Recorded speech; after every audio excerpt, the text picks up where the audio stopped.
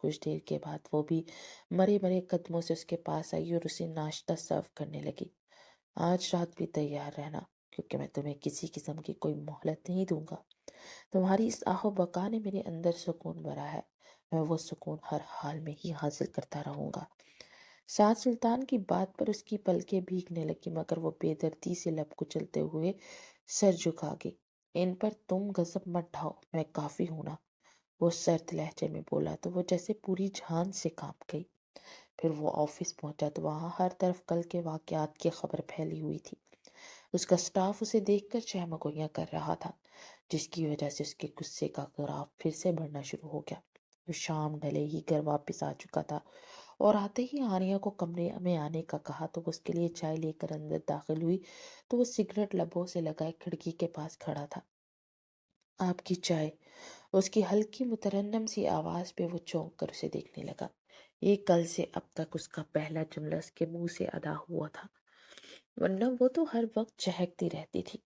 وہ جب ان کے گھر ڈنر یا لنچ پر جاتا تھا، ہر بار سعد بھائی کہہ کہہ کر اس کے کان پکاتی تھی، یہاں تک کہ الٹے سیدھے جوکس اور شعر شاعری سنانا اس کا پسندیدہ مشغلہ تھا۔ وہ اپنے گھر کی جان تھی۔ اس نے اس کے ہاتھ میں موجود چائے کے مگ کو دیکھا اور پھر ایک نظر اسے جو کہ پلکیں جھکائے کھڑی تھی۔ پھر اس نے پاس آ کر اس کے ہاتھ سے چائے کا مگ پکڑا اور پھر غصے سے سامنے دیوار پر دے مارا۔ وہ سہم کر اسے دیکھنے لگی۔ ہنی مون کہاں منانے چلو گی؟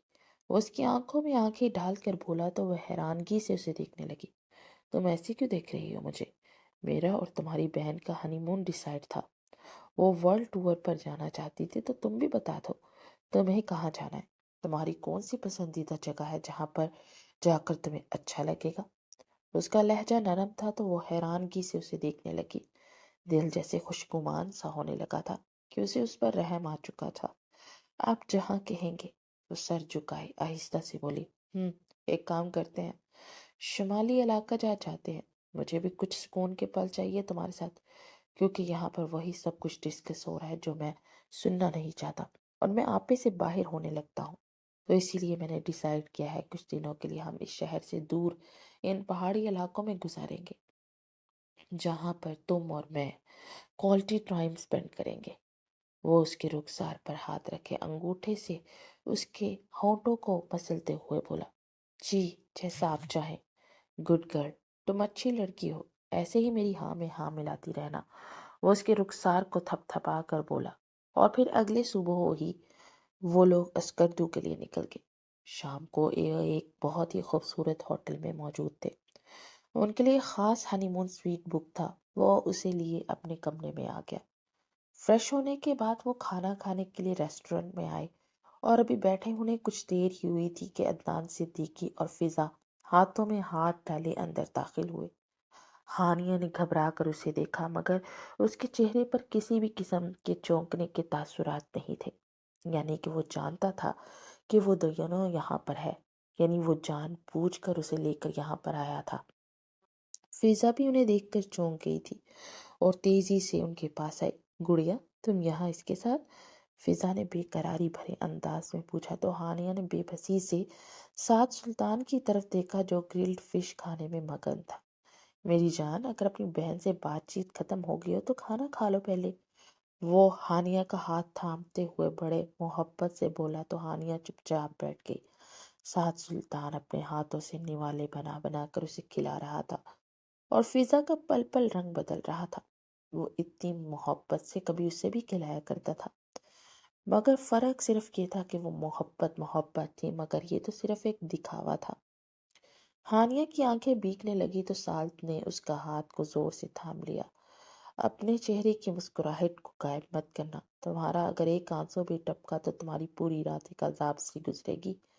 وہ اس کے کان کے پاس دھاڑ کر بولا تو ہانیہ کی جیسے جان ہی نکل گئی ہو۔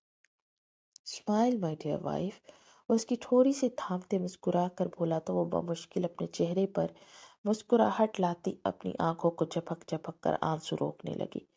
فضا کچھ دیر تو یہ سب برداشت کرتی رہی، اور پھر عدنان صدیقی کو وہاں زبردستی سے لے کر چلی گئی۔ اس کے جاتے ہی وہ میں نے خیز انداز میں مسکراتا ہوا اطمینان سے کھانا کھانے لگا۔ کھانے سے فارغ ہو کر وہ کمرے میں آئے تو ساتھ کوئی انگلش مووی دیکھ رہا تھا۔ اس پر ایک بڑا نازیبا سا سین چل رہا تھا کہ ہانیہ کان کی لو تک سرخ ہو گئی اور جلدی سے نگاہیں چراتی وہ اپنی سائڈ پر لیٹنے لگی۔ جاؤ جا کر کپڑے چینج کر کے آئے، مجھے تمہاری طلب ہو رہی ہے۔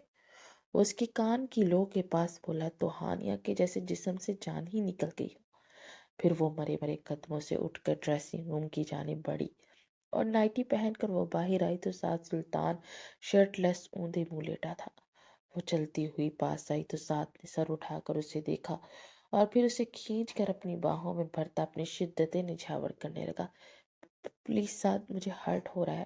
وہ اپنی کلائیوں کو چھڑواتے ہوئے بولی تو ساتھ نے ناگواری سے اس کی آنکھوں میں جھانکا جن میں آنسو تیر رہے تھے۔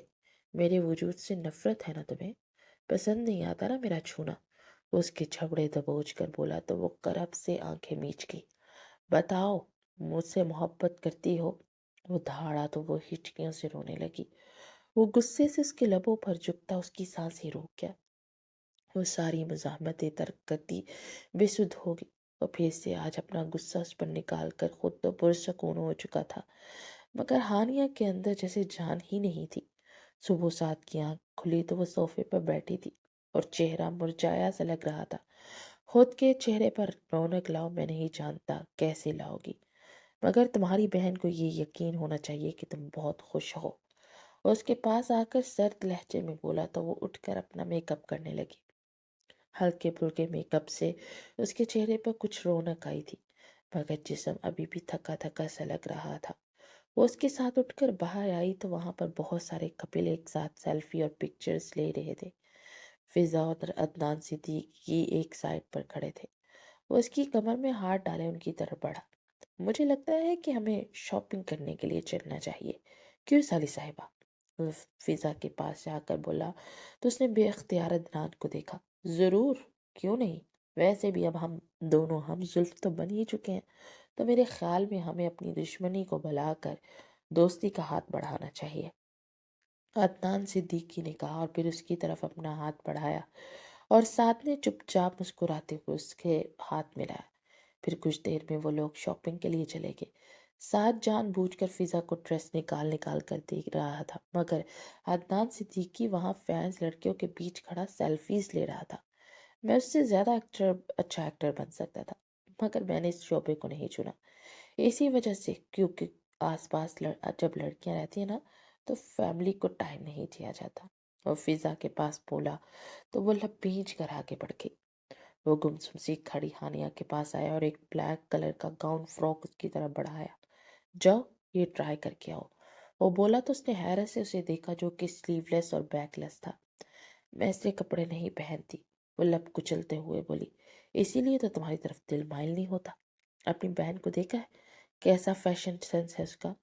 جو بھی دیکھتا ہے نا اسے دیکھتا رہ جاتا ہے۔ تم اسے چھوٹی ہونے کے باوجود کسی قسم کی کوئی کشش نہیں رکھتی ہو، ساتھ نے کہا تو وہ لب کچلتے ہوئے چپ چاپ گاؤن اٹھائے چینجنگ روم میں چلی گئی۔ ہانیہ نے وہ گاؤن پہننا چاہا مگر اس کی فٹنگ بہت زیادہ تھی، مگر ساتھ کے ڈر سے وہ دوبارہ باہر جا کر اس سے کچھ کہہ بھی نہیں سکتی تھی۔ اس نے بامشکل اس گاؤن کو پھنسایا اور باہر نکل آئی۔ اس کے جسم کے ایک ایک انگ کو ظاہر کر رہا تھا۔ کئی لوگ اسے رک کر عجیب نگاہوں سے دیکھ رہے تھے اور مرد اسے ہوس بھری نگاہوں سے۔ ساتھ نے مٹھیاں بھیج کر ارد گرد دیکھا اور پھر اسے بازو سے کھینچ کر سائڈ پر لے آیا۔ اس کی فٹنگ اتنی زیادہ تھی تو نہ پہنتی، مجھے یقین نہیں آتا کہ تمہیں اپنے سائز کا بھی معلوم نہیں۔ وہ دبے دبے انداز میں چیخا تو وہ بے بسی سے کچھ بولنے لگی، مگر ساتھ کی لہو رنگ آنکھوں میں دیکھ کر زبان ہی کنگ ہو گئی۔ اب میرا منہ کیا دیکھ رہی ہو؟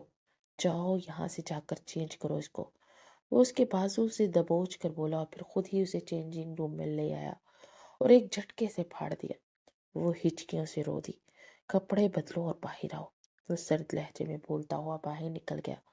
ہانیہ نے کپڑے چینج کیا اور پھر مرے مرے قدموں سے باہر آئی تو سب لوگ اسے عجیب نگاہوں سے دیکھتے ہوئے ہنس رہے تھے۔ فرا اور عدنان صدیقی بھی مسکراہٹ ضبط کرتے ہوئے ایک سائڈ پر کھڑے تھے، جس کی وجہ سے ساتھ کا غصے سے برا حشر ہو رہا تھا۔ پھر وہ اس کے پاس آ کر اسے تقریباً گھسیٹتا ہوا باہر لے جا رہا تھا۔ باہر آ کر اس نے غصے سے اسے زور سے آگے کو دھکیلا تو وہ زمین پر جا گری۔ تمہاری وجہ سے مجھے آج اتنی بڑی ذلت کا سامنا کرنا پڑا۔ میری ایک ریپوٹیشن ہے، مگر تمہاری وجہ سے سب برباد ہو گیا۔ تم میری زندگی کا وہ بدترین باب ہو جو کہ میری ہر خوشی کو کھا گیا۔ یہ لو پیسے اور ٹیکسی کروا کر ہوٹل پہنچ جانا۔ وہ اس کے منہ پر پیسے پھینکتے ہوئے بولا اور پھر غصے سے اپنی گاڑی کی جانب بڑھ گیا۔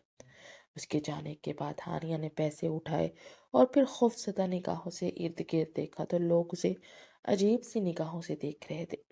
وہ آہستہ آہستہ چلتی آگے بڑھنے لگی، پھر ایک ٹیکسی روک کر اس میں بیٹھی اور ہوٹل کا پتہ بتا کر سر جھکائے رونے لگی۔ ہوٹل کے سامنے جیسے ہی ٹیکسی رکی، وہ اتر کر تیزی سے اندر کی جانب بڑھ گئی۔ وہ کمرے میں آئی تو سعد سلطان سگریٹ لبوں سے لگائے ٹاک شو دیکھ رہا تھا۔ اسے دیکھتے ہی اس کی آنکھوں میں سرخی بھر گئی۔ وہ چلتا ہوا اس کے سامنے آیا تو وہ سہم کر اسے دیکھنے لگی۔ پلیز مجھے معاف کر دیجیے۔ وہ ہاتھ جوڑے گھٹنوں کے بل بیٹھ کر رونے لگی تو سعد سلطان ساکت رہ گیا۔ اٹھو، جاؤ جا کر چینج کر لو۔ وہ اس کے وجود سے نگاہیں چراتے ہوئے بولا اور بے یقینی سے اسے دیکھتی اٹھ کر واش روم کی جانب بڑھ گئی۔ کیا ہو گیا تھا مجھے؟ ایسے کیسے بولا میں نے اسے؟ اور ایسے کیسے تنہا سب کے بیچ چھوڑایا؟ میں اتنا گرا ہوا تو نہیں تھا، مگر میں گرتا جا رہا ہوں انسانیت سے۔ وہ کھڑکی کے سامنے کھڑا خود کو ملامت کر رہا تھا۔ کچھ دیر کے بعد وہ نائٹی پہنے باہر آئی اور انگلیاں چٹکھاتی ہوئی اس کے پاس کھڑی ہو گئی۔ سعد نے خاموش نگاہ اس پر ڈالی۔ جاؤ، جا کر آرام کرو، سعد نے کہا تو وہ پھر سے حیران ہوئی، مگر کچھ بھی بولے بغیر وہ بیڈ پر جا کر بیٹھ گئی۔ کچھ دیر کے بعد سعد بھی بیڈ پر آ کر چپ چاپ کروٹ لے کر لیٹ گیا۔ وہ اپنی جان کی خلاصی پاتے پر جیسے پرسکون سی ہو کر لیٹ گئی۔ رات کے آخری پہر سعد سلطان کی آنکھ کھلی تو اسے اپنے سینے پر کوئی وزن سا محسوس ہوا۔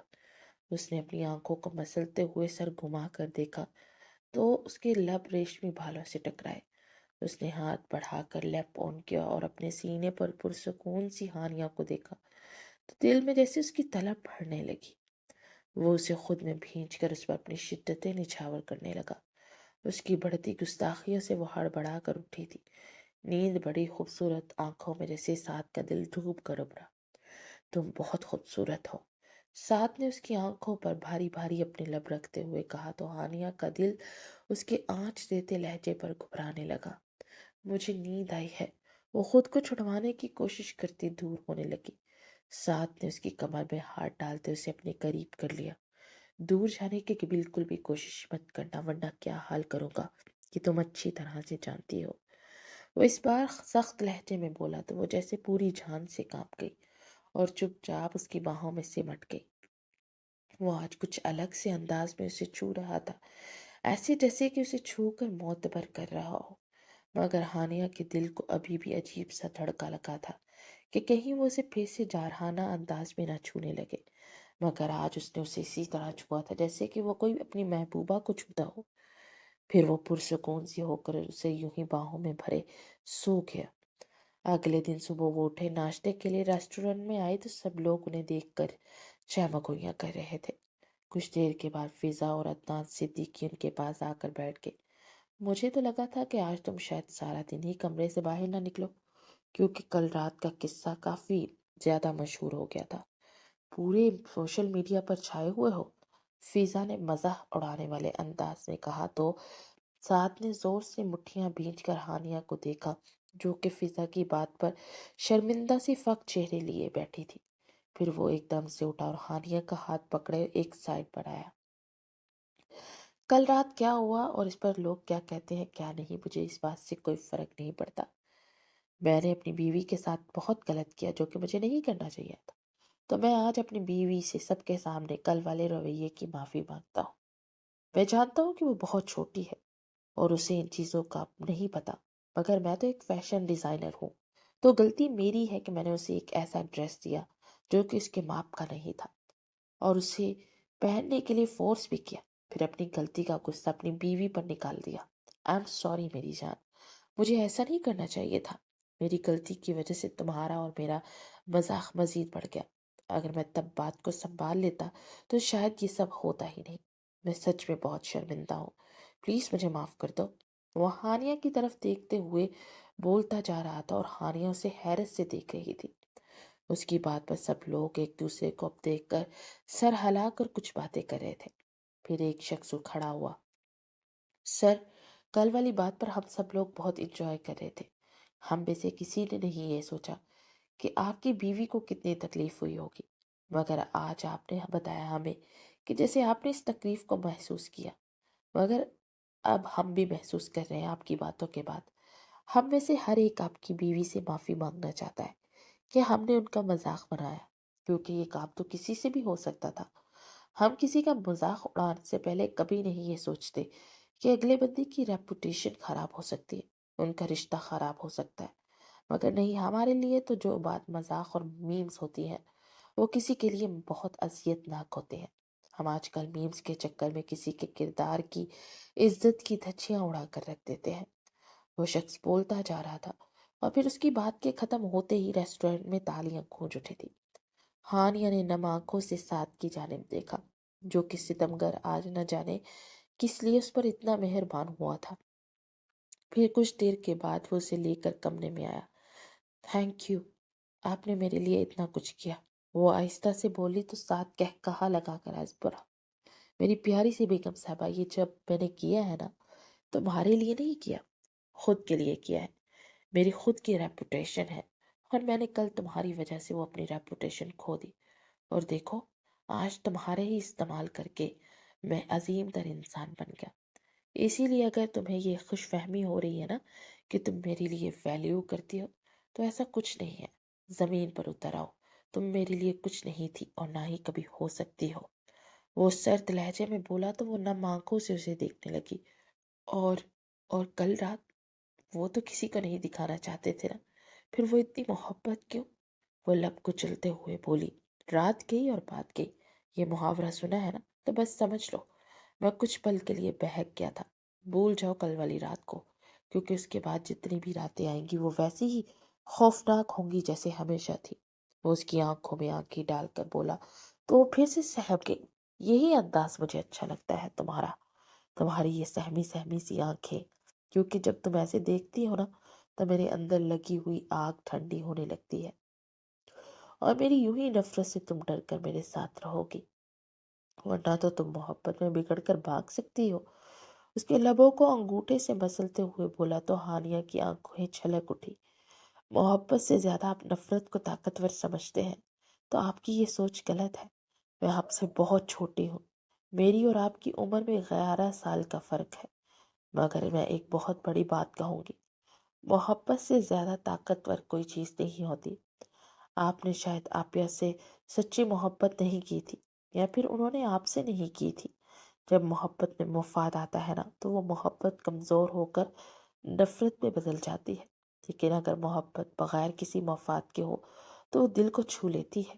وہ آہستہ سے بولی تو ساتھ نے حیرت سے اس چھوٹی سی لڑکی کو دیکھا۔ واہ، بڑے بڑے ڈائلاگ بولتی ہو۔ خیر، اچھی بات ہے کہ تمہاری سوچ اتنی اچھی ہے، لیکن کیا ہے نا، یہ باتیں فلموں اور ڈراموں میں اچھی لگتی ہے۔ مجھے تمہاری بہن سے جتنی نفرت ہے نا، اس سے کہیں زیادہ تم سے ہے۔ اگر تمہیں لگتا ہے کہ محبت میں اتنی ہی طاقت ہوتی ہے تو پھر ٹھیک ہے، تم کرو محبت مجھ سے۔ میں دیکھنا چاہتا ہوں تمہاری محبت سے میرا دل پگھلتا ہے یا نہیں، اور تمہاری محبت میرے دل کو چھوتی ہے یا نہیں۔ وہ چبا چبا کر بولا۔ محبت ایسے تھوڑی ہو جاتی ہے، وہ تو ایک الہام کی طرح دل میں اترتی ہے۔ وہ آہستہ سے بولی تو ساتھ نے کھینچ کر باہوں میں بڑھ لیا۔ تو تم یہ کہنا چاہتی ہو کہ تمہیں مجھ سے ذرا بھی محبت نہیں ہے؟ حالانکہ تمہیں ہونی چاہیے تھی، میں تمہارا شوہر ہوں۔ وہ اس کی کمر سے جکڑے چبا چبا کر بولا تو وہ تھوک نگلتے ہوئے نگاہیں جھکا کے۔ ویسے تم خود کو بچانے کے لیے جھوٹ بھی بول سکتی ہو، مجھے کوئی پرابلم نہیں ہے۔ اس کی تھوڑی سی تھامتے ہوئے بولا تو اس نے نگاہیں اٹھا کر دیکھا۔ میں جھوٹ نہیں بولتی، وہ آہستہ سے بولی تو ساتھ سلطان نے غصے سے اسے بیڈ پر پھینکا اور اس پر جھکتا اس پر شدت نچھاور کرنے لگا۔ اس کی سسکیاں نکل رہی تھی، مگر وہ آج پھر اس کے ساتھ جانوروں جیسا سلوک کر رہا تھا۔ پھر وہ اسے چھوڑتے ہوئے اس کے پہلو میں لیٹ کر اسے کوہنی کے بل سیدھا ہو کر اسے دیکھنے لگا۔ جب جب تمہاری سسکیاں سنتا ہوں نا، ایسا لگتا ہے کہ دل میں سکون اتر رہا ہے۔ اس کی حسین آنکھوں میں دیکھتے ہوئے بولا تو اس نے شکوہ کنا نگاہوں سے دیکھا۔ وہ لب بھینچ کر نگاہیں چرا کر اٹھ کر بیٹھ گیا۔ پھر وہ مزید 2 دن وہاں پر رہے۔ تیسرے دن وہ لوگ گھر واپس آ چکے تھے۔ جس دن وہ گھر واپس آئے، اس کے والد حسین صاحب اس کے بڑے بھائی ابتسام کے ساتھ اس سے ملنے آئے، مگر جیسے ہی وہ اندر داخل ہو رہے تھے تو اندر سے آتی آوازیں سن کر ٹھٹک گئے۔ تمہارا ایوارڈ شو ہے، تمہاری بیوی کو انوائٹ کیا گیا اور تم اسے ساتھ لے کر نہیں جانا چاہتے۔ پلیز مجھے اس بات پر فورس مت کیجیے، مجھے نہیں لے کر جانا اس سے ساتھ۔ وہ مسز رضوی کی بات پر ناگواری سے بولا۔ ہانیہ بیٹا، آپ تیار ہو جاؤ، آپ یہ شو پر ضرور جائیں گی۔ میں نے بول دیا ہے تو بول دیا ہے، مسز رضوی سرد لہجے میں بولی۔ آپ اس پر اپنی مہربانی کیوں کر رہی ہیں؟ میں آپ کو پہلے ہی بتا چکا ہوں یہ لڑکی میری برداشت سے باہر ہے، اب میں اسے مزید اپنے ساتھ نہیں رکھ سکتا۔ آپ پلیز اسے اس کے میکے واپس بھیج دیجیے۔ وہ اسپاٹ لہجے میں بولا تو حسین صاحب اپنا سینہ جکڑتے کراہتے ہوئے زمین پر گرتے چلے گئے۔ ابھی جان، ابتسام چلایا تو وہ تینوں مڑ کر دیکھنے لگے۔ ابھی جان، ہانیہ تڑپ کر پکارتے ہوئے ان کی طرف بڑھی۔ پھر وہ لوگ حسین صاحب کو لے کر ہسپتال پہنچے۔ مسز رضوی اور سعد سلطان بھی ساتھ ہی تھے۔ سعد سلطان کی وجہ سے ہاسپٹل نے انہیں ہاتھوں ہاتھ لیا تھا۔ ان کا ٹریٹمنٹ شروع ہو چکا تھا، مگر بہت ہی زبردست انہیں ہارٹ اٹیک ہوا تھا۔ پوری رات گزر چکی تھی مگر ابھی تک انہیں ہوش نہیں آیا تھا۔ ہانیہ زبیدہ بیگم کی گود میں سر رکھے لیٹی تھی۔ جس دن سے فضا نے وہ حرکت کی ہے، تمہارے بابا نے تو کھانا پینا ہی چھوڑ دیا تھا اور تمہیں یاد کر کر کے روتے رہتے ہیں کہ تمہارے ساتھ بہت زیادتی کر دی ہے۔ میں انہیں حوصلہ دیتی تھی کہ وہ اپنے گھر میں بہت خوش ہے، مگر وہ مانتے ہی نہیں تھے۔ ہنی مون پہ گئی تھی تم تو وہ ایک دن بھی چین سے نہیں سو پائے، بار بار دروازے کی طرف دیکھتے تھے اور کہتے تھے ہانیہ نہیں آئی، ایسے لگتا ہے کہ میری ہانیہ کسی مشکل میں ہے۔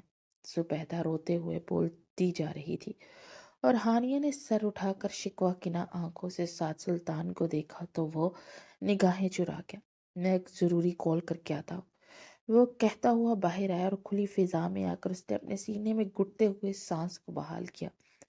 کیوں کیوں مجھے اتنا برا فیل ہو رہا ہے؟ کیوں ایسا ہو گیا ہوں میں؟ میری وجہ سے آج ایک انسان زندگی موت کی جنگ لڑ رہا ہے۔ اس کا ضمیر پھر سے اسے ملامت کر رہا تھا۔ پھر کچھ دیر کے بعد وہ اندر آیا تو مسز رضوی سے گھر چھوڑنے کے لیے کہا، ہم پھر سے انشاءاللہ چکر لگائیں گے بہن جی، بس آپ اپنا خیال رکھیے، اللہ پاک بھائی جان کو لمبی زندگی دے۔ مسز رضوی نے کہا۔ پھر اجازت لے کر وہ سعد کے ساتھ واپسی کے لیے نکل آئی۔ آج تو مجھے ایسا لگ رہا ہے کہ میں نے تمہاری بہت ہی بری تربیت کی ہے۔ نگاہیں تک نہیں ملا پا رہی تھی میں ابتسام اور ہانیہ سے۔ مسز رضوی نے تلخ لہجے میں کہا تو وہ لب بھینچ کر رہ گیا۔ ہانیہ نے فجر کی نماز ادا کی اور جائے نماز پر بیٹھی اپنے بابا کی زندگی کی دعا مانگ رہی تھی۔ پھر دن چڑھا تو سعد سامنے سے آتا دکھائی دیا۔ ابتسام نے مٹھیاں بھینچ کر اسے دیکھا، مگر زبیدہ کو کسی قسم کی پریشانی نہ ہو اس لیے وہ خود پر ضبط کیے کھڑا رہا۔ کیسی طبیعت ہے انکل کی؟ سعد نے ایک نگاہ اس پر ڈالتے ہوئے کہا، جو کہ ابھی تک جائے نماز پہ ہی بیٹھی تھی۔ خدا کے بعد ہم آپ کی شکر گزار ہیں کہ آپ نے ہماری اتنی مدد کی اور یہاں اتنے مہنگے ہاسپٹل میں آپ ان کا ٹریٹمنٹ کروا رہے ہیں، زبیدہ بیگم نے کہا۔ پھر اس سے پہلے مزید کوئی بات ہوتی تو ڈاکٹر باہر نکلا۔ ہائے سلطان صاحب، ڈاکٹر نے مسکراتے ہوئے اس سے ہاتھ ملایا۔ کیسی طبیعت ہے انکل کی؟ جی پہلے سے کافی کچھ بہتر ہے، کچھ دیر تک شاید انہیں ہوش آ جائے تو پھر آپ لوگ ان سے مل سکتے ہیں، ڈاکٹر نے کہا تو سعد نے سر اس بات میں ہلا دیا۔ پھر سعد کچھ دیر کے بعد آفس کے لیے نکل گیا۔ شام تک حسین صاحب کو ہوش آ چکا تھا، وہ بس خاموش نگاہوں سے ہانیہ کو دیکھے جا رہے تھے۔ پھر زبیدہ نماز پڑھنے کے لیے گئی تو حسین صاحب بے اختیار رو پڑے۔ ابھی جان پلیز، آپ کی طبیعت مزید خراب ہو جائے گی، روئیے مت، ہانیہ تڑپ کر بولی۔ مجھے معاف کر دو میرے بچے، اپنی عزت کو بچانے کے لیے میں نے تمہیں قربان کر دیا۔ وہ ہاتھ جوڑ کر بولے تو وہ تڑپ سی اٹھی۔ کیسی باتیں کر رہے ہیں آپ؟ میں بہت خوش ہوں بابا، وہ تو بس ایسے ہی تھوڑا سا ناراض تھے مجھ سے تو اسی لیے ایسا بول دیا، ورنہ وہ مجھے ہنی مون پر کیوں لے کر جاتے؟ وہ جلدی سے بولی۔ کیوں اس شخص کی غلطیوں پر پردہ ڈال رہی ہو؟ وہ کس طرح تم سے بات کر رہا تھا ہم دونوں نے سنا گڑیا۔ تمہیں کوئی ضرورت نہیں ہے اب وہاں پر جانے کی۔ ابتسام نے کہا، آپ فکر مت کیجیے بھیا، میں بالکل ٹھیک ہوں اور میں وہاں پر بہت خوش ہوں۔ سب لوگ بہت دھیان رکھتے ہیں، بس ساتھ تھوڑا سا زبان کے کڑوے ہو گئے ہیں، مگر آہستہ آہستہ ٹھیک ہو جائیں گے نا۔ آپ بھی تو سمجھیے نا انہیں کہ وہ کن حالات سے لڑ رہے ہیں۔ انہوں نے آپیہ سے بہت محبت کی تھی، 2 سال سے وہ ان کے ساتھ منسلک رہے تھے۔ ان کی محبت کے قصے سوشل میڈیا اور شوبز میں مشہور تھے، ہر طرف سے ان کی شادی کا چرچرا تھا۔ اور عین شادی کے دن آپیہ نے جو کیا، ان کی عزت تک داؤ پر لگ گئی۔ اور آپ اتنا غصہ بھی وہ نہ کریں، آپ کیا سمجھتے ہیں وہ مجھے پھولوں کی سیج پر بٹھائیں گے؟ میں تو اس سے زیادہ بدتر حالات کا سوچ کر ان کی زندگی میں آئی تھی، لیکن ان لوگوں نے کبھی بھی مجھے کچھ نہیں کہا، لیکن ساتھ کا دل ٹوٹا ہے، پلیز انہیں سمجھیے آپ لوگ۔ وہ اپنے مخصوص دھیمے لہجے میں بولتی جا رہی تھی اور دروازے میں کھڑا سعد سلطان خود کو زمین میں گڑا ہوا محسوس ہو کر رہا تھا۔ پھر وہ جیسے آیا تھا ویسے ہی چپ چاپ وہاں سے نکل گیا۔ بے مقصد وہ سڑکوں پر گاڑی گھما رہا تھا، لیکن دل کو کہیں بھی چین اور سکون نہیں تھا، کیونکہ آج ایک 19 سال کی لڑکی اسے خود سے زیادہ سمجھدار لگی تھی، جو ایسے حالات میں بھی اپنی شوہر کی عزت کو قائم رکھے ہوئے تھی۔ پھر وہ گھر آیا تو سامنے مسز ریزوے بیٹھے تھے۔ تم ہسپتال نہیں گئے؟ انہوں نے پوچھا۔ بس فریش ہو کر جاتا ہوں، وہ آہستہ سے بولا۔ کیا ہو گیا تمہیں؟ ایسے تو نہیں تھے تم، وہ تمہاری بیوی کے والد ہیں اور ہمیں تو ہسپتال سے آنا ہی نہیں چاہیے تھا۔ وہ اسے لتاڑتے ہوئے بولی۔ کیا ہو گیا آپ کو ماما؟ میں نے وہاں رہ کر کیا کرنا تھا؟ ابتسام اور باقی لوگ وہیں پر ہے نا، میں ڈاکٹر سے رابطے میں ہی تھا، وہ میرے اتنا سا جانے پر ہی اتنا خوش تھے، وہ جھنجھلا کر بولا۔ یہ تو ان کا بڑا پن ہے نا، اور یہ سب جو ان کے ساتھ ہوا نا، اس کی ذمہ دار بھی تم ہو۔ تمہاری باتوں کی وجہ سے اس کے والد صاحب کو ہارٹ اٹیک ہوا ہے، وہ تب کر بولی تو وہ جھنجھلاتا ہوا اپنے کمرے میں چلا گیا۔ کچھ دیر کے بعد وہ تیار ہو کر ہسپتال پہنچا تو کوریڈور میں ہانیہ اور زبیدہ بیٹھی ہوئی تھی۔ اس سے جا کر سلام کیا تو زبیدہ نے اس کا ماتھا چومتے ہوئے اس کا پھر سے شکریہ ادا کیا تھا۔ آنٹی جی، میرے خیال میں آپ لوگ اب گھر چلے جائیے، میں یہاں پر رکتا ہوں، وہ بولا۔ اس کی ضرورت نہیں ہے، ہم لوگ یہاں پر ہی رہیں گے، ابتسام نے خشک لہجے میں کہا۔ آنٹی جی کی طبیعت خراب ہو جائے گی اور 2-3 دن سے وہ یہیں پر ہے، تو میرے خیال میں آپ کو انہیں لے کر چلے جانا چاہیے، اور میں اور ہانیہ یہاں پر رات رک جائیں گے، وہ جلدی سے بولا۔ نہیں بیٹا، آپ کو زحمت ہوگی، اس کی ضرورت نہیں ہے، آپ پہلے ہی ہمارے لیے اتنا کچھ کر چکے ہیں، زبیدہ جلدی سے بولی۔ بیٹا بھی کہتی ہیں اور پرایا بھی کر دیتی ہیں، کیا ابتسام کو بھی یہ سب کرنے سے آپ روکتی اور بار بار اس کا شکریہ ادا کرتی؟ کیا؟ میرا یہ فرض تھا اور میں نے اپنا فرض نبھایا ہے، اگر آپ مجھے اپنا بیٹا سمجھتی ہیں نا تو پلیز آپ جائیے، میں یہاں پر رکوں گا، وہ اتنے نرم لہجے میں بولا کہ ہانیہ حیرت سے اسے دیکھ رہی تھی۔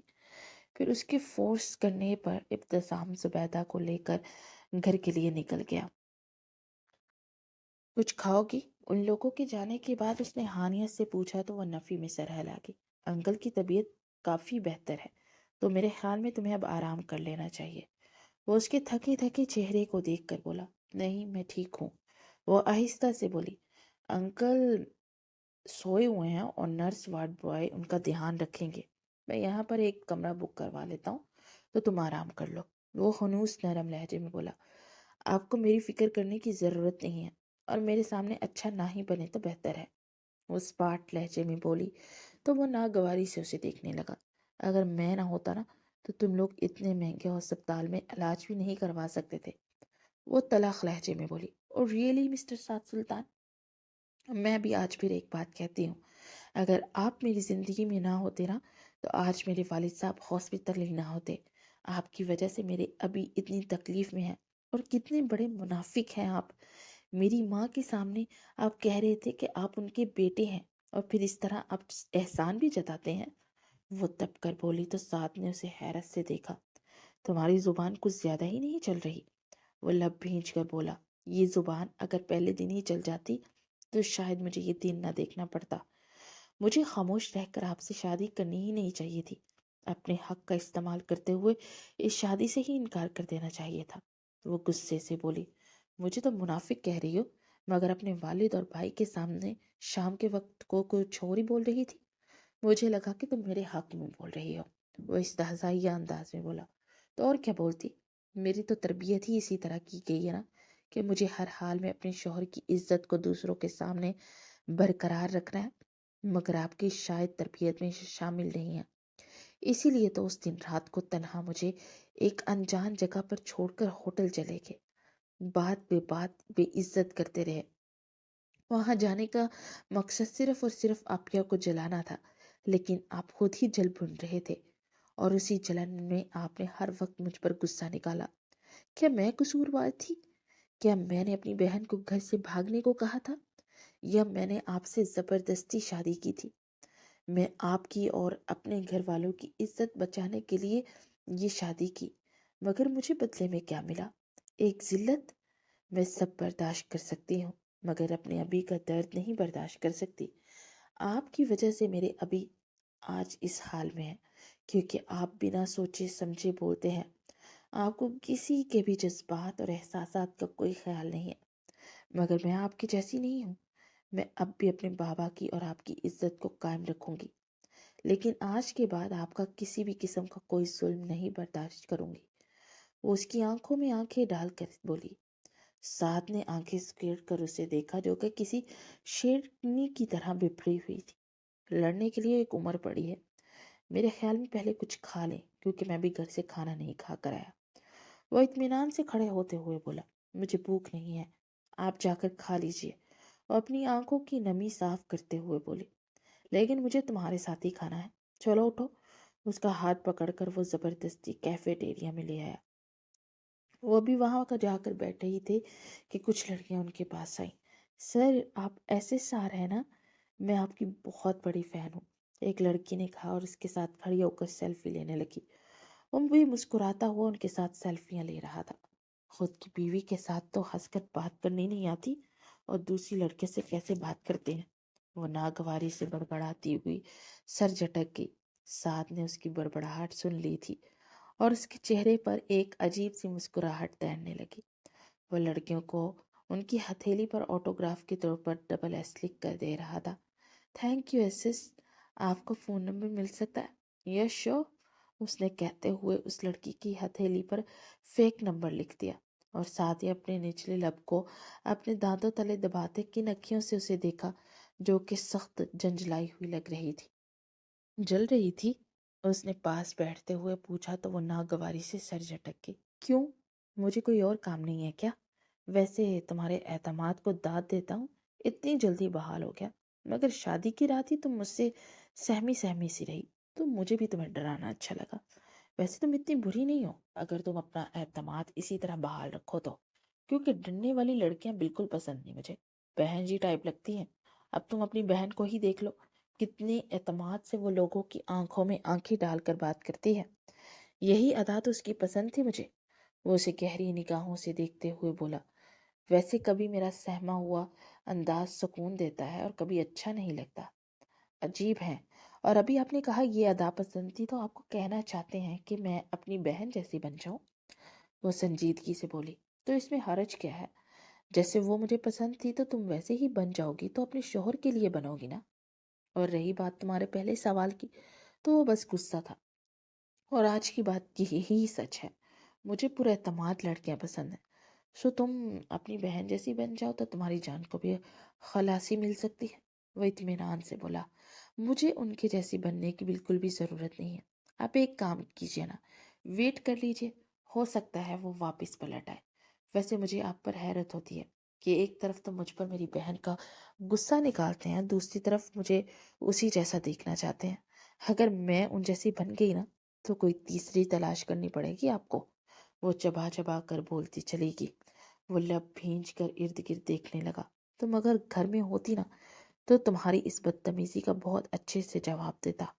وہ ناگواری سے بولا تو وہ استہزائیہ انداز میں اسے دیکھنے لگی۔ اچھا، اگر میں بولوں تو آپ کو لگتا ہے کہ میں بدتمیزی کر رہی ہوں؟ میری بہن اسی طرح بولے تو پورے اعتماد انداز میں منہ پر بات کرتی ہے، تب تو آپ کو بدتمیزی نہیں لگتی تھی، وہ تو ان کی ادا لگتی ہوگی نا۔ آپ کی محبت جو رہ چکی ہے، کیا ہے نا، جو انسان آپ کو پسند نہ ہونا اس کی سچی باتیں بھی بہت کڑوی لگتی ہیں، اور جو آپ کا لاڈلا ہونا اس کی کڑوی بات بھی کسی میٹھے گڑ کی طرح۔ میں بہت چھوٹی سہی، مگر میری زندگی کا تجربہ بہت بڑا ہے، اور اس کی وجہ ہے میرے بابا۔ میں اپنے بابا کے بہت کلوز رہی ہوں، اور مجھے فخر ہے کہ میں اپنے بابا کی بہت فرما بردار بیٹی ہوں۔ کیا آپ کو لگتا ہے؟ کیا نہیں، مجھے اس بات سے کوئی فرق نہیں پڑتا۔ مجھے آپ کی پسند بننے کا شوق بھی نہیں رہا، کیونکہ جس دن آپ نے مجھے وہاں پر تنہا چھوڑا تھا نا، اسی دن آپ میرے دل سے بالکل ہی اتر چکے تھے۔ وہ تلخ لہجے میں بولی، تم کافی زیادہ بک بک کرتی ہو، مجھے تو لگتا تھا کہ تمہارے منہ میں زبان ہی نہیں ہے۔ وہ منہ بنا کر بولا، میرے منہ میں زبان تھی، مگر مجھے میری تربیت اس بات کی اجازت نہیں دیتی تھی کہ میں آپ سے بدتمیزی کروں۔ مگر ایک چیز کی حد ہوتی ہے، چپ چاپ ظلم سہنے کی میری حد ختم ہو چکی ہے۔ میں اب اتنی بھی گئی گزری نہیں ہوں کہ آپ کا ہر ستم چپ چاپ سہوں۔ وہ سرد و سپاٹ لہجے میں بولتی سوپ سی پینے لگی۔ وہ لب پینچ کر رہ گیا۔ پھر وہ کھانا کھانے کے بعد واپس وہاں پر آئے جو کمرہ بک کروایا تھا، اس میں آرام کرنے کی غرض سے چلے گئے۔ تو بیڈ پر سو جاؤ، میں کچھ دیر ای میل وغیرہ کے جواب دے دوں۔ وہ بولا تو ہانیہ چپ چاپ جا کر لیٹ گئی۔ اسے 2 دن کی تھکاوٹ تھی تو اسی لیے لیٹتے ہی اس کی آنکھ لگ گئی۔ وہ ای میل چیک کرنے کے بعد اٹھ کر اس کے پاس آیا اور اس کے پاس بیٹھ کر اسے دیکھنے لگا۔ نہ جانے تم میں ایسی کیا بات ہے کہ میرا اب دل چاہ لینے لگا ہے کہ تم میرے آس پاس ہی رہو۔ وہ اس کے لبوں کو چھوتی لٹ کو پیچھے ہٹاتے اس کے اوپر جھکا تو اس نے آہستہ سے آنکھیں کھول لی، اور پھر جلدی سے اس کے سینے پر ہاتھ رکھ کر اسے پیچھے کو دھکیلنے لگی۔ ایسی حرکت کرنے کی کوشش بھی مت کرو ڈارلنگ۔ وہ اس کے دونوں بازوؤں کو جکڑ کر تکیے سے لگاتے ہوئے گمبھیر لہجے میں بولا، آپ اس وقت یہاں پر کچھ نہیں کریں گے میرے ساتھ۔ وہ لب کچلتے ہوئے بولی، میرا من جب کرے گا، جب میں چاہوں گا تمہارے پاس آ سکتا ہوں، میرے نام ہو تم۔ وہ اس کے کان کے پاس بولا تو وہ زور سے آنکھیں میچ گئی۔ پھر وہ اس پر اپنی شدتیں برسانے لگا تو وہ غصے سے اس کے سینے پر دھانت گاڑ کے، آؤچ جنگلی بلی، وہ سنسکاری بھرتا ہوا بولا، اور پھر تو وہ تیزی سے اس کے حساس سے نکلتی زمین پر کھڑی ہوئی۔ وہاں پڑا جگ اٹھا کر اس کی طرف اس کا رخ کیا۔ خبردار، اگر آپ نے ایک قدم بھی میری طرف بڑھایا تو آپ کا اس سے سر پھوڑ دوں گی۔ وہ تل ملا کر بولی تو وہ آنکھیں سکیڑ کر اسے دیکھنے لگا۔ اسے ہی جیسے ہی جگ اٹھا کر اسے مارنے کے لیے ہاتھ اوپر کیا تو اس کے بازو کو جکڑ کر جگ چھین کر سائڈ ٹیبل پر رکھتا اسے دیوار سے چپکا گیا۔ یہ تم شیرنی کب سے بن گئی ہو؟ وہ اس کے چہرے پر جھکتے ہوئے ہلکا سا مسکرا کر بولا، اگر آپ میرے ساتھ زبردستی کریں گے نا، میں سمجھوں کہ اپنا مرد ہے۔ وہ جلدی سے پینترا بدلتے ہوئے بولی تو وہ کہا لگا کر ہنس پڑا، میری مردانگی کے ثبوت میں تمہیں کئی بار دکھا چکا ہوں، سو ان باتوں پر میں زیادہ دھیان نہیں دیتا۔ کہتا ہوا اس کے لبوں پر جھکنے لگا تو وہ جلدی سے اپنا ہاتھ اس کے لبوں پر رکھی۔ آپ کیا سمجھتے ہیں اپنی جسمانی طاقت دکھا کر آپ ایک کمزور عورت پر اپنی مردانگی ثابت کر رہے ہیں؟ وہ سنجیدگی سے بولی تو وہ گہرا سانس بھرتے اس کے ماتھے سے ماتھا ٹکا گیا۔ اب پھر سے تمہارا کوئی نیا لیکچر سننا پڑے گا، خیر اب بولنا ہے تو بولو جلدی۔ وہ گمبھیر لہجے میں بولا، میرے بابا کہا کرتے ہیں کہ عورت پر رحم کرنے والا، اس کے ساتھ حسن سلوک کرنے والا، یہاں تک کہ اگر اس عورت سے غلطی بھی ہو جائے تو اسے معاف کر دینے والا ہی اصل مرد ہوتا ہے، اور ایسے ہی مرد عورتوں کے سر کے تاج ہوتے ہیں۔ آپ نے کبھی سوچا ہے کہ آپ کے اس طرح کے سلوک سے میرے دل پر کیا کیا بیتتی ہے؟ میں آپ کے لیے اس قدر ڈر اور خوف بڑھ جاتا ہے، اور ڈر اور خوف سے محبت نہیں پنپتی۔ وہ نم لہجے میں بولتی جا رہی تھی، اور ایک آنسو نکل کر اس کے شفاف رخسار پر بہہ گیا۔ وہ بے اختیار اس کے رخسار پر جھکا اور اپنے لبوں سے اسے چن لیا۔ اس کی حرکت پر وہ ساکت سی رہ گئی۔ دل میں عجیب سا کچھ ہونے لگا تھا۔ ایک بات کہوں، تم بولتی ہو نا تو دل چاہتا ہے کہ سنتا جاؤں۔ کچھ دیر پہلے غصہ تھا، مگر اب پھر جھنجھلاہٹ میں بدلا، اب تم پر پیار آنے لگا ہے۔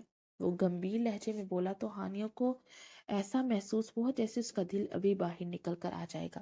بولو نا، کرو گی میرے ساتھ نئے سرے سے آغاز؟ وہ امید بھرے لہجے میں بولا تو وہ آہستہ سے سر ہلا گئی۔ اب میں سو جاؤں؟ کچھ دیر کے بعد وہ بولی تو وہ دھیما سا مسکراتا پیچھے ہٹ گیا۔ وہ بیڈ پر لیٹی اور پھر مڑ کر اسے دیکھنے لگی۔ آپ لیٹ سکتے ہیں میرے ساتھ، وہ جھجکتے ہوئے بولی تو وہ مسکراتا ہوا اس کے پاس آ کر اسے خود میں بھینچ کر لیٹ گیا۔ اور نہ جانے کتنے دنوں کے بعد ان دونوں کو ایسی پرسکون نیند آئی تھی۔ پھر اگلی صبح وہ اٹھی تو اس نے مسکراتے ہوئے اپنے ساتھ سوئے اپنے ہم سفر کو دیکھا۔ ساتھ اٹھیے، جا کر نماز ادا کیجیے، اس نے کہا تو وہ چپ چاپ اٹھ کر نماز ادا کرنے چلا گیا۔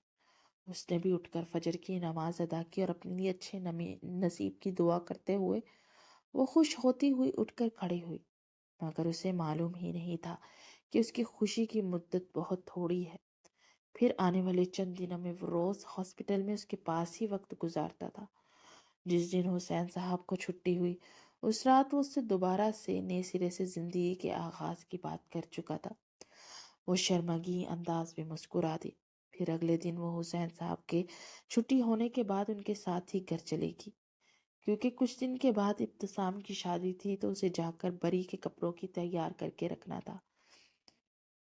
اس نے جاتے ہی وہ سارے کام نپٹائے اور وہ شام کو کچن میں کھڑی حسین صاحب کے لیے سوپ بنا رہی تھی کہ جب ہی وہ اندر داخل ہوا۔ اس کے کچن سے نکلنے پر اس نے اسے سلام کیا تو وہ محبت پاش نگاہوں سے اسے دیکھنے لگا۔ اگر تیاری مکمل ہے تو چلو چلتے ہیں اور جاتے ہوئے ڈنر باہر سے کرتے ہیں۔ ہماری بیٹی کہیں نہیں جائے گی، آپ واپس جا سکتے ہیں۔ ہم بڑی عزت سے آپ کو کہہ رہے ہیں کہ آپ چپ چاپ یہاں سے چلے جائیے، ورنہ ہمیں دوسرا راستہ بھی اپنانا آتا ہے۔ اس سے پہلے کہ وہ جواب دیتی حسین صاحب نے اندر داخل ہوتے ہوئے کہا، یہ آپ کیا کہہ رہے ہیں جی؟ اس طرح بیٹیوں کے گھر نہیں بسائے جاتے۔ بسا کب ہے ہماری بچی کا گھر زبیدہ بیگم؟ یہ شخص تو پہلے دن سے اسے اذیت پر اذیت دے رہا ہے۔ ہم میں سے کسی سے اس نے شکوہ ہی نہیں کیا، لیکن اب بس بہت ہو گیا۔ میری بیٹی اس شخص کے ساتھ نہیں جائے گی، یہ میرا آخری فیصلہ ہے۔ حسین صاحب گرج کر بولے تو ہانیہ کو اپنی جان نکلتی محسوس ہوئی۔ آپ ایسا نہیں کر سکتے، وہ میری بیوی ہے اور میں اپنی بیوی کو اپنے ساتھ لے کر ہی جاؤں گا۔ وہ ناگواری سے بولا، وہ ہماری بیٹی ہے اور ہم اپنی بیٹی کو آپ کے ساتھ ہرگز نہیں بھیجنا چاہتے، سو آپ تشریف لے جا سکتے ہیں۔ اگر ہو سکے تو طلاق کے پیپرز بھیج دیجیے گا، ورنہ خلا کا کیس ہمیں دائر کرنا آتا ہے۔ وہ سرد لہجے میں بولے تو اس نے لب بھینچ کر ہانیہ کی جانب دیکھا جو کہ فک چہرے سے کھڑی تھی۔ ہانیہ، تمہیں ان کی کسی بھی بات کو نہیں سننا، چلو میرے ساتھ، اس کا ہاتھ تھام کر بولا تو ابتسام نے پاس آ کر زور سے کھینچتے ہوئے اسے اپنے پیچھے کر لیا۔ ابھی آپ اپنے کمرے میں جائیے بیٹا، ہم بات کر رہے ہیں نا، اور آپ اس شخص کے ساتھ نہیں جائیں۔ اگر آپ نے جانے کا فیصلہ کیا تو سمجھیے آپ کی ابھی مر گئے، اس کے بعد ہمارا آپ سے کسی قسم کا کوئی تعلق نہیں رہے گا۔ آپ کو سوچنا ہے کہ آپ کو کس کے ساتھ رہنا ہے، اس شخص کے ساتھ جانا ہے کہ نہیں۔ وہ سرد لہجے میں بولے تو وہ تڑپ ہی اٹھی۔ ہنی، تمہیں ان کی بات سننے کی کوئی ضرورت نہیں ہے، اس وقت یہ اپنے حواس میں نہیں ہے، اور تم نے مجھ سے وعدہ کیا تھا کہ تم میرے ساتھ ہمیں اپنی نئی زندگی کا آغاز کرو گی، اب تم اپنے وعدے سے نہیں پھرو گی۔ وہ غصے سے بولا، گڑیا اپنے کمرے میں جاؤ، اور بابا اپنی بات میں بالکل پکے ہیں، میں بھی ان کے ساتھ ہوں اس معاملے میں۔ اگر تم نے اس شخص کا ساتھ چاہا تو ہم میں سے کوئی بھی تم سے نہیں ملے گا۔ ابتسام بولا تو وہ کرب سے آنکھیں میچ کی، پلیز بھیا مجھے ایک بار، جاؤ یہاں سے۔ ابتسام بات کاٹتے ہوئے دہاڑ کر بولا تو وہ روتی ہوئی وہاں سے نکلتی چلی گئی۔ یہ آپ نے بالکل اچھا نہیں کیا، میں اسے کبھی بھی ڈیورس نہیں دوں گا، یہ بات آپ یاد رکھیے گا۔ وہ غصے سے بولا، ہمارے پاس دوسرا راستہ ہے، ہم اپنی بیٹی کو خلا دلائیں گے، مگر تمہارے ساتھ کبھی نہیں بھیجیں گے۔ اب تم عزت کے ساتھ یہاں سے تشریف لے جا سکتے ہو، ورنہ ہمیں دوسرا طریقہ اپنانا ہی پڑے گا۔ ابتسام نے کہا تو وہ لب بھینچ کر وہاں سے نکل آیا۔ گھر آتے ہی اس نے کمرے میں آ کر اپنے کمرے کو تہس نہس کر ڈالا تھا، مگر پھر بھی غصہ ٹھنڈا ہونے کا نام تک نہیں لے رہا تھا۔ کچھ دیر کے بعد دروازہ کھولتے مسز رضوی اندر داخل ہوئی تو اس نے سرخ انگارہ آنکھوں سے دیکھتے ہوئے اپنے ہاتھ میں پکڑا واز سامنے دیوار پر دے مارا۔ بس کر دو، اور کتنا غصہ کرو گے؟ وہ تب کر بولی تو وہ گرنے سے انداز میں صوفے پر بیٹھ گیا۔ دیکھا نا، اس نے بھی بے وفائی کر دی میرے ساتھ، وہ بھی اپنی بہن کی طرح نکلی۔ بہن نے اپنے مفاد کے لیے چھوڑا اور اس نے اپنے باپ اور بھائی کے لیے، اسے ذرا بھی میری پرواہ نہیں ہے۔ وہ غصے سے بولا، اسے تمہاری پرواہ ہے تو اسی لیے اب سے کچھ دیر پہلے تک وہ 3 بار فون کر چکی ہے، اور میں یہاں پر تمہارے کمرے میں اس وقت اس کے فون کی وجہ سے ہی ہوں۔ مجھے تو معلوم ہی نہیں تھا کہ تم غصے میں گھر آئے ہو۔ وہ 3 بار فون کر کے مجھے تمہارے بارے میں پوچھ چکی ہے اور رو رہی تھی۔ مسز رضوی تلخ لہجے میں بولی تو وہ چونک گیا۔ اچھا، اور جب میرا ساتھ دینا تھا تب تو اس نے ساتھ دیا نہیں، اور اب کیوں رو رہی ہے؟ آپ اس کے حق میں بالکل نہیں بات کریں گی۔ اس نے میرے ساتھ بالکل بھی اچھا سلوک نہیں کیا، اپنے باپ اور بھائی کو چنا اور مجھے چھوڑ دیا، حالانکہ ہمارے درمیان ڈیسائیڈ ہو چکا تھا کہ ہم زندگی کو نئے سرے سے شروع کریں گے۔ وہ غصے سے بولا تو وہ تعصف بھرے انداز میں اسے دیکھنے لگی۔ خود کی غلطی کبھی مت ماننا۔ جب اس کے والد صاحب اور بھائی تم سے یہ بات کہہ رہے تھے تو تم نے ان کے پاس جا کر معافی کیوں نہیں مانگی؟ ان کے قدموں میں بیٹھ کر ان کی بیٹی کو مانگتے اور ان سے وعدہ کرتے کہ تم کبھی بھی انہیں دکھ نہیں دو گے، تو شاید ہو سکتا تھا کہ وہ اپنے فیصلے پر نظر ثانی کرتے۔ مگر میں تمہیں اچھی طرح سے جانتی ہوں کہ تم بھی آپے سے باہر ہوگے۔ مسز رضوی تپ کر بولی، کیوں جھکتا میں ان کے سامنے؟ میں آج تک کسی کے سامنے نہیں جھکا۔ ویسے بھی انہیں غصہ کرنے کا کوئی حق نہیں تھا۔ کیوں حق نہیں تھا؟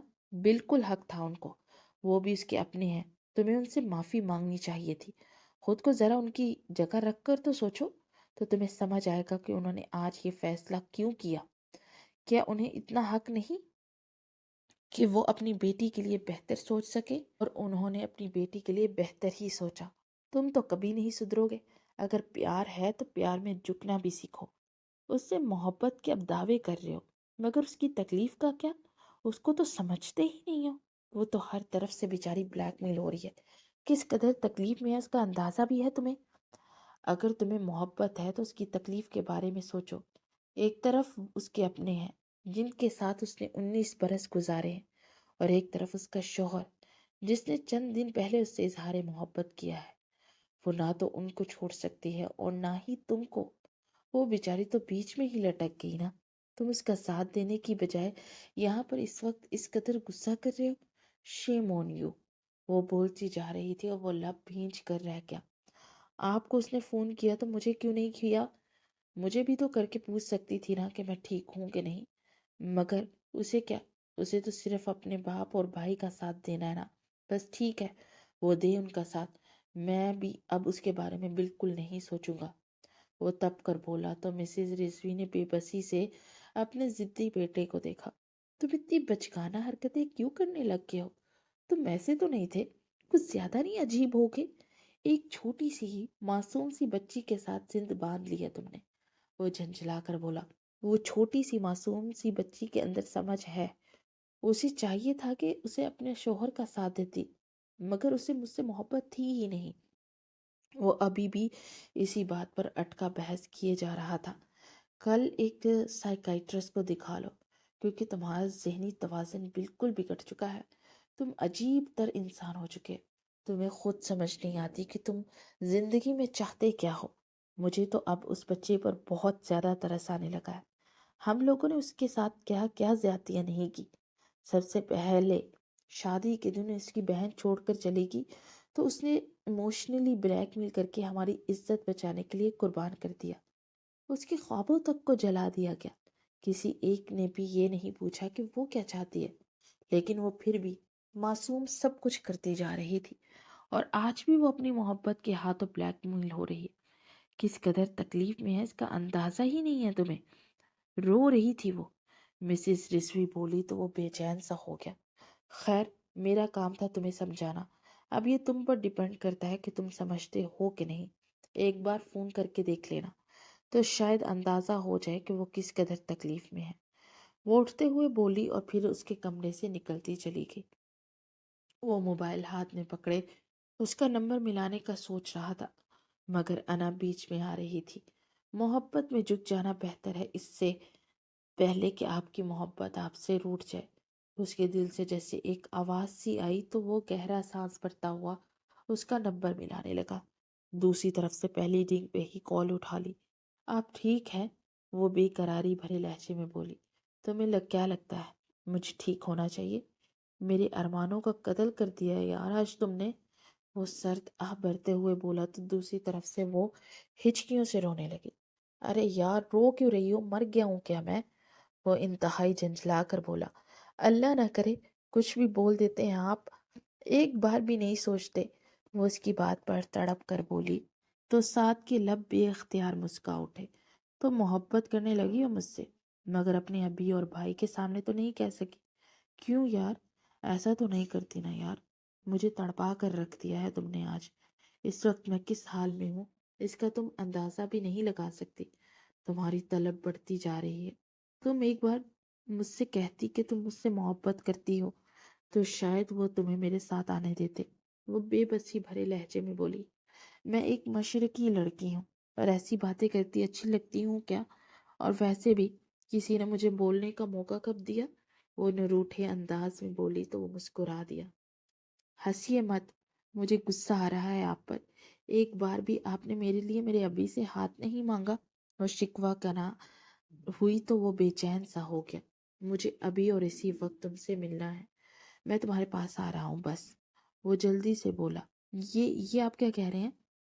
اور ابھی مت آئیے گا. آپ کے جانے کے بعد ہی نانا جی وغیرہ آگے تھے. شادی میں صرف ایک ہفتہ باقی ہے تو گھر میں مہمان آنا شروع ہو چکے ہیں. اس طرح یہاں پر آئیں گے نا اور بابا اور ابتسام بھیا نے آپ کی انسلٹ کی تو مجھے بالکل بھی اچھا نہیں لگے گا. وہ آہستہ سے بولی. تم جو بھی کہو، مجھے ابھی اور اسی وقت ملنا ہے. بس کہہ دیا تو کہہ دیا، میں آ رہا ہوں. وہ بولا. پلیز ساتھ جی ایسے مت کیجیے، اس وقت باہر بہت زیادہ سردی بھی ہے، ابھی گھر سے مت نکلیے گا. وہ التجائیہ انداز میں بولی. اوکے ٹھیک ہے، لیکن کل میں تم سے ملنے ضرور آؤں گا، اور خبردار اگر تم نے مجھے روکنے کی کوشش کی. وہ بولا تو دوسری طرف سے وہ دل محسوس کر رہ گئی. پھر اگلے دن وہ شام تک وہاں جانے کے بارے میں سوچتا رہا اور اپنا حلیہ مزدوروں جیسا بنایا. اور اس کے گھر کے سامنے پہنچ کر اس نے ارد گرد دیکھا اور پھر گیٹ پر کھڑا ایک شخص اسے نظر آیا تو وہ جلدی سے اس کی طرف بڑھا. بھائی آپ یہاں پر کیا کر رہے ہیں؟ اس نے اس کے پاس جا کر پوچھا تو شخص نے حیرانگی سے اسے دیکھا. ہم لوگ تو یہاں پر لائٹس وغیرہ لگا رہے ہیں. ویسے میاں تم یہ کیوں پوچھ رہے ہو؟ اس شخص نے اسے سر سے پیر تک دیکھتے ہوئے پوچھا. مجھے ایک کام ملے گا؟ اس کے سوال پر وہ شخص اسے پھر سے حیرانگی سے دیکھنے لگا. کام کیوں چاہیے؟ محبت کا معاملہ ہے بھائی صاحب. اپنی محبوبہ کے لیے ایک گفٹ خریدنا ہے مگر پیسے نہیں ہیں، اور میں تو اتنا غریب ہوں کہ یہ جو کپڑے بھی پہنے ہوئے ہیں نا یہ بھی میں نے مانگ کر پہنے ہیں. وہ فراٹے سے جھوٹ بول رہا تھا. اچھا اچھا چلو ٹھیک ہے، یہ لائٹ لے جا اور اوپر چھت پر جا کر دیواروں پر لگا. ویسے یہ لگا لو گے نا؟ وہ شخص نے مشکوک انداز میں پوچھا. ارے ارے بالکل فکر ہی نہ کرو، میں ابھی جا کر لگا دوں گا. وہ جلدی سے بولا اور پھر اندر جا کر اپنی نکلی مونچھیں درست کی اور پھر اندر داخل ہوا تو وہاں لاؤنج میں کچھ لوگ بیٹھے چائے وغیرہ پی رہے تھے اور ایک سائڈ پر حسین صاحب بیٹھے تھے اور وہ دشمن جان سب کو چائے سرو کر رہی تھی. جی آپ کون؟ ایک لڑکے نے پاس آ کر پوچھا. وہ جی اوپر جا کر نا چھت پر لائٹس لگانی تھی. وہ جلدی سے بولا تو وہ لڑکا اسے لے کر چھت کی جانب بڑھ گیا. اس نے چھت پر آ کر ارد گرد دیکھا اور پھر سر جھکاتے ان لڑیوں کو دیکھنے لگا. ایس ایس آر کیا دن آ گئے ہیں تیرے کہ آج تو اپنی محبوب بیوی سے ملنے کے لیے اپنے سالے کی شادی کی سجاوٹ کر رہا ہے. وہ بڑبڑاتا ہوا ان الجھی لڑیوں کو سلجھانے لگا. پھر ایک لڑکا آ کر اس کی مدد کرنے لگا مگر وہ تو بار بار سیڑھیوں کی جانب دیکھ رہا تھا. وہ پھر جھنجھلا کر سیڑھیوں کی طرف پلٹا. او بھائی کام تو کر لے، اس لڑکے نے آواز دی تو وہ پلٹ کر اس کے پاس آیا اور والیٹ سے پیسے نکال کر اس کے ہاتھ میں تھمائے. میرے حصے کا کام کر دے، میں بس آتا ہوں. وہ بولا تو اس لڑکے نے ہکے بکے انداز میں 5,000 کے ان 2 نوٹ کو دیکھا. اصلی ہے کیا باؤ جی؟ وہ مشکوک انداز میں بولا تو سعد سلطان نے دانت پیس کر اسے دیکھا اور پھر اپنی مونچھیں داڑھی اتاری تو وہ لڑکا چونک گیا. آپ کو کچھ جانے پہچانے سے لگ رہے ہو، وہ لڑکا بولا. ارے یار میں ایسے سار ہوں، مشہور پروڈیوسر اینڈ فیشن ڈیزائنر. وہ بولا تو اس کا منہ حیرت سے کھل گیا. تو یہاں کیا کر رہے ہو باؤ جی؟ ہاں کہا پیارے، کیا بتاؤں، عشق کا مارا ہوں میں، اس کا گھر کا داماد بھی چاہ رہا ہوں. میری بیوی چھین لی ہے ان لوگوں نے. اس سے چھپ چھپ کر ملنے آیا ہوں۔ وہ سرد آ بھر کر بولا تو اس لڑکے کی آنکھیں مزید حیرت سے پھیل گئی۔ اگر یہ محبت کا معاملہ ہے تو بس پھر میں آپ کے ساتھ ہوں۔ آپ جاؤ، جا کر اپنی محبوبہ سے مل کر آؤ، میں سارا کام سنبھال لوں گا، اور یہ پیسے ویسے کی ضرورت نہیں ہے، محبت کے لیے تے جان بھی قربان ہے۔ وہ بولا تو سعد سلطان مسکرا اٹھا۔ اپنے بچوں کے لیے کچھ لے جانا۔ وہ کندھے پر تھپکی دیتے ہوئے پلٹا اور پھر مونچھے دھاڑی لگا کر نیچے آیا اور سیدھا ہانیہ کے روم میں آیا، جو کہ مرر کے سامنے کھڑی جھمکے ڈال رہی تھی۔ اسے یوں آتا دیکھ کر وہ ہڑبڑا گئی۔ تم یہاں کیا کر رہے ہو؟ وہ چیخ کر بولی تو ساتھ دروازہ بند کرتا پلٹا تو وہ چیخ مارتی پیچھے ہوئی تو وہ لپک کر پاس آیا اور اس کے لبوں پر اپنا ہاتھ رکھ دیا۔ مرواؤ گی کیا اپنے باپ سے؟ وہ جھنجھلا کر بولا تو اس کی آنکھیں حیرت سے پھٹ گئی۔ ساتھ آپ ویڈنگ پلانر والوں کے ساتھ آئے ہیں؟ وہ حیرانگی سے بولی۔ تو اور کیا کرتا؟ وہ منہ بنا کر بولتا، اسے خود میں بھینچ گیا۔ وہ دونوں ایک دوسرے میں مدہوش تھے کہ دروازہ کھلنے پر بھی نہیں چونکے۔ تمہاری اتنی ہمت کہ تم یہاں پر آئے؟ ابتسام چیخ کر بولا تو وہ دونوں ہڑبڑا کر پیچھے ہوئے۔ وہ فق چہرے سے اسے دیکھ رہی تھی۔ پھر ابتسام چلا کر حسین صاحب کو پکارنے لگا، اور حسین صاحب کے ساتھ ساتھ باقی سب بھی اکٹھے ہو چکے تھے۔ سارا معاملہ جب نانا جی نے سنا تو وہ کرسی پر بیٹھ کر سب کو دیکھنے لگے۔ کسی نے ہماری گڑیا سے پوچھا کہ وہ کیا چاہتی ہے؟ نانا جی نے اپنی لاٹھی زور سے زمین پر مارتے جلال بھرے انداز میں پوچھا۔ اس سے کیا پوچھنا ہے بابا؟ وہ بچی ہے اور یہ اس آدمی کی باتوں میں بہک رہی ہے۔ حسین صاحب کھوکھلے لہجے میں منمنا کر بولے، حسین احمد، ہم بڑے ہیں اور ہمارے ہوتے ہوئے تم نے یہ فیصلہ کر لیا، اور پھر ہماری بٹیا سے بھی نہیں پوچھا؟ نانا جی نے کہا تو وہ سر جھکا کے، ارے تمہارے بابا اپنے سسر جی سے ڈرتے ہیں کیا؟ وہ اس کے کان میں بولا تو وہ زور زور سے سر اس بات میں ہلا کے وہ جلدی سے حسین صاحب کی طرح بڑھا اور ان کے قدموں میں بیٹھ گیا۔ آئی ایم سوری انکل، میں نے جو بھی کیا میں جانتا ہوں بہت غلط کیا، لیکن میں اپنے کیے ہوئے کا ازالہ کرنا چاہتا ہوں، پلیز مجھے ایک موقع دے دیجیے۔ وہ ان کے سامنے ہاتھ جوڑ کر بولا تو وہ سٹ پٹا سے کہ، کیا سوچ رہے ہو حسین احمد؟ تمہارا داماد تم سے اپنی غلطی کی معافی مانگ رہا ہے، اگر اس کی جگہ تمہارا بیٹا ہوتا تو کیا معاف نہیں کرتے؟ نانا جی گرج کر بولے تو وہ لب بھیج کر رہ گئے۔ انکل جی، میں تو اسی دن معافی مانگنا چاہتا تھا، لیکن مجھے لگا کہ شاید آپ معاف کر چکے ہیں۔ خیر، آپ ناراض ہیں تو مجھے معافی مانگنی ہی چاہیے۔ آپ پلیز مجھے معاف کر کے ہانیہ مجھے واپس دے دے، پلیز انکل۔ وہ تیز تیز لہجے میں بولا تو حسین صاحب سر جھٹک کر رہ گئے۔ پھر چاروں نہ چار انہوں نے اسے معاف کر ہی دیا، اور نانا جی نے فوراً شادی کا انویٹیشن دیا تو وہ جیسے خوشی سے کھل اٹھا تھا۔ نانا جی نہ ہوتے تو آج میں تو گیا تھا کام سے۔ میں نے سوچا کہ سسر جی ڈرتے ہیں اپنے سسر جی سے، تو موقع پہ چوکا مار دوں۔ وہ کھلے چہرے سے کھڑی ہانیہ کے کان میں بولا تو وہ دھیما سا مسکرا دی۔ پھر شادی ختم ہونے سے اگلے دن ہی وہ بڑے مان سے اسے گھر لے آیا تھا۔ اسکن کلر کی ہیوی میکسی میں بیڈ کے بیچوں بیچ بیٹھی تھی۔ اس کے سامنے نیم دراز اسے محبت باش نگاہوں سے دیکھ رہا تھا۔ پھر وہ اس کے قریب ہوا اور اس کے چہرے کے ہر نقش کو چومتا، نرمی سے لبوں کو دسترس میں لیتا اسے معتبر کرتا جا رہا تھا۔ پھر وقت گزرنے لگا مگر سعد سلطان کی شدت جنون میں اضافہ ہوتا جا رہا تھا۔ وہ اس کے بنا تو جیسے ایک پل بھی سانس نہیں لیتا تھا، اور مسز رضوی اس کے بدلے ہوئے انداز پر بہت خوش تھی۔ آج پھر سے ایوارڈ شو تھا۔ وہ بلیک کلر کی میکسی میں ڈھیلا سا جوڑا بنائے وہ جب ایونٹ میں پہنچی تو پورا میڈیا ان کی جوڑی کی طرف متوجہ تھا۔ وہ اس کا ہاتھ تھامے وہ وی آئی پی سیٹ کی جانب بڑھا تو اس کی نگاہیں بے اختیار عدنان صدیقی اور فضا پہ پڑی۔ فضا کی آنکھوں میں ایک درد اور حسرت دکھ رہی تھی۔ کئی عرصے سے ان کی ڈیورس کی خبریں چل رہی تھی، یہاں تک کہ کئی بار عدنان صدیقی اس پر تشدد کر چکا تھا اور بڑی محفل میں وہ اسے کئی بار تھپڑ مار چکا تھا۔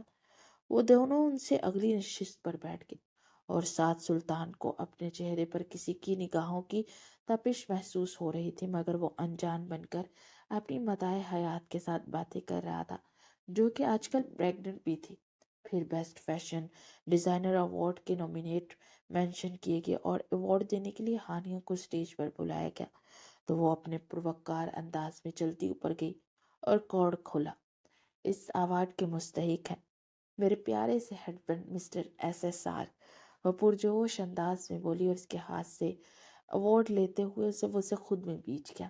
تھینک یو، آپ نے مجھے اس قابل سمجھا۔ پچھلے کئی سالوں سے یہ ایوارڈ مل رہا ہے اور اس کے علاوہ اور بہت سارے، مگر آج کا یہ اسپیشل ہے کیونکہ یہ میری بیٹر ہاف کے ہاتھوں سے مجھے ملا ہے اور یہ میری زندگی کا سب سے بڑا ایوارڈ ہے۔ ویسے میرے اللہ کی طرف سے میری بیوی بھی میرا ایک ایوارڈ کے طور پر دی گئی ہے۔ میں نے شاید نہیں بلکہ یقیناً کچھ اچھے کام کیے ہیں کہ آج میری بیٹر ہاف ہانیہ ہے۔ وہ اس کا ہاتھ لبوں سے لگاتے ہوئے بولا اور ان کی آنکھوں میں چمکتے ستاروں کو کیمرے کی آنکھ نے پوری دنیا کو دکھایا تھا۔ لوگوں نے ان کی جوڑی کی سلامتی کی دعائیں کی تھی اور وہیں فضا نے حسرت بھری نگاہوں سے دیکھتے اپنی آنکھوں کی نمی کو ٹیشو سے صاف کرتے ہوئے اپنے چہرے پر مصنوعی مسکراہٹ سجاتے تالیاں بجائی۔ اور یہ اس کا مقدر تھا کیونکہ اس نے نہ صرف محبت کی بے قدری کی بلکہ اپنے ماں باپ کی عزت تک کو رون دیا۔ پھر ساس سلطان ہانیہ کو محبت سے باہوں میں بھرے سٹیج سے نیچے اتر کر اپنی نشست کی جانب بڑھ گیا۔ پھر وہ ایونٹ کے ختم ہوتے ہی یوں ہی ہاتھ تھامے باہر کی جانب بڑھے اور ان کے جانے کے بعد بھی ان کا تذکرہ محفل میں رہا تھا۔ ختم شد۔ چینل کو سبسکرائب ضرور کر دیجیے گا۔